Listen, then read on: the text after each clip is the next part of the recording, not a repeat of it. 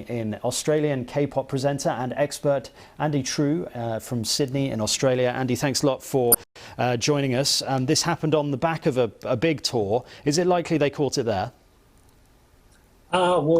Well, definitely it was a massive tour.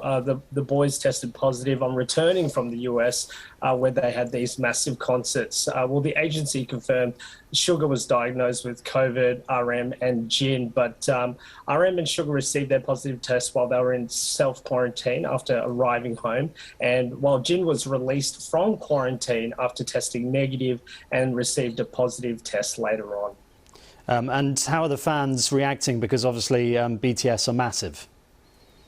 Well, fans have spread the internet with words of encouragement for the boys, even trending the words, "Get the hell out of here, COVID," and that trended worldwide on Twitter.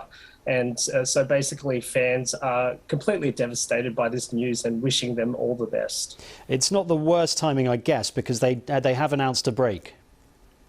That's correct. The boys announced a break recently after their Los Angeles concerts, and they're going to take several weeks off and start preparing for their massive concerts that are going to happen from March in Seoul, and a new chapter for their music as well. So hopefully this will give them enough time to re-energize and create some great work.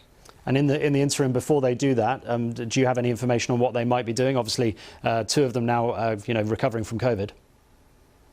I know in the meantime they are working on some solo projects as well, and also really preparing for this new chapter of music that they're going to announce leading up to the March concerts. So exciting time for fans, but just really wishing them all the best and a quick recovery. Yeah, absolutely. And in terms of maybe, how they caught it, is there any lessons that can be learned in terms of touring? And, it's so hard at the moment with COVID. We've seen it with sports teams, but obviously also bands. Is there anything that they could have done better, do you think, to not catch this?